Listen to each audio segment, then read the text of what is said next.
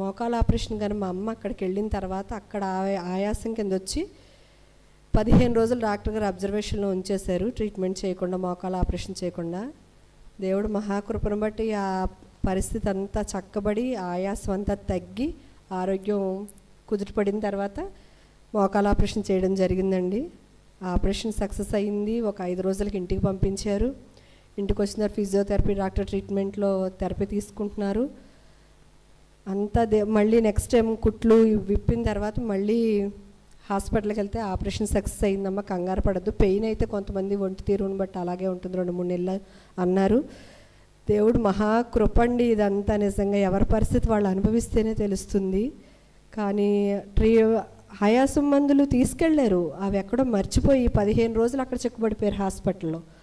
అక్కడ దేవుడు మహాకృపను బట్టి అదంతా చక్కబడి ఆపరేషన్ చేయించుకుని తిరిగి వచ్చి మా అమ్మ నాన్న ఇద్దరు హార్ట్ పేషెంట్లు అండి, పెద్ద ఆరోగ్యంగా ఉండరు, తట్టుకోలేరు ఏదొచ్చినా. ఆ స్థితిని బట్టి ఏమో ఏ కౌరు వినాల్సి వస్తుందో. నేను అక్కడికి వచ్చాను కానీ ఓ పక్కన నాకు బాధ, పైకి చెప్పేది కాదు. వెళ్ళకపోదామంటే ఎప్పుడు వెళ్ళలేదు కానీ వెళ్ళి చూసి వద్దామని మరో పక్కన. అక్కడికి వచ్చాం కానీ ఈ బాధలో ఇలా ఉన్న దేవుడు అక్కడ హాస్పిటల్లో జరగాల్సిన ఆపరేషన్ కానీ ఆ ట్రీట్మెంట్ అంతా అక్కడ సక్సెస్ఫుల్గా జరిగింది. ఇక్కడ మనం అందరం క్షేమంగా వెళ్ళొచ్చి దేవుడు మహాకృపను బట్టి ఎవరింటికాడ చేరుకున్నాం. గొప్ప కార్యం అండి ఇది, క్షేమంగా వెళ్ళి రావడం కూడా. ఎందుకంటే మనం ఎన్ని పరిస్థితుల్లో చూస్తూ ఉన్నాం, అదంతా మహాకృప. ఇంకోటి ఏంటంటే మా అమ్మాయికి ఈ మధ్యలో ఫీజు కట్టడానికి ఇబ్బంది పడ్డాను. ఇస్తారు అని అనుకోలేదు, అనుకోని వాళ్ళు ఫోన్ చేసి మనీ ఇచ్చారండి. మా డబ్బులు మాకివ్వడానికి కూడా వాళ్ళకి బాధే.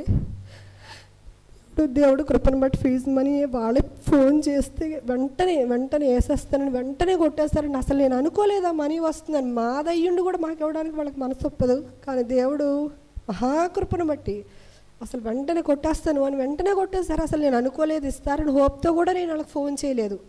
కానీ దేవుడు గొప్ప కార్యం అండి. ఒక్క ఫోన్కే ఎన్నో సంవత్సరాలుగా రావాల్సిన డబ్బుని రాకుండా ఇచ్చేస్తాను, కట్టేస్తాను ఫీజు అని అనడం కూడా దేవుడు గొప్ప కార్యమేనండి. వస్తుందని ఆశించలేదు కానీ వెంటనే పెద్ద అమౌంట్లు రావడం అంటే చిన్న విషయం కాదు. వాళ్ళు వెంటనే కొట్టడం కూడా అద్భుతమేనండి. దేవుడు దయ వల్ల ఇదంతా జరుగుతుంది. పాస్టరమ్మ గారు చేసిన ప్రార్థనలు, సంఘం అంతా చేసిన ప్రార్థనలు ఒక్కొక్కరి జీవితాలు ఫలిస్తూనే ఉన్నాయి. ఈ అవకాశం ఇచ్చినందుకు దేవదేవునికి ప్రత్యేక వందనాలు తెలియజేసుకుని వందనాలు ఉంటాను.